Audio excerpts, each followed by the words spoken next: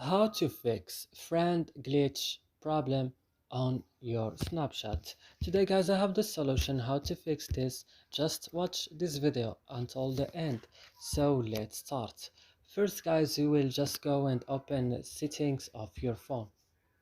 And after this, when you open settings of your phone, you will go directly to apps or applications option. Then you will search for Snapchat.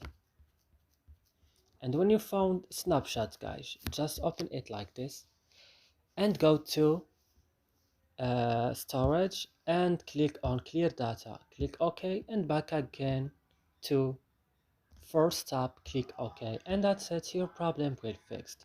So I hope this video is useful for you. Do not forget to like and subscribe in our channel. See you in another video.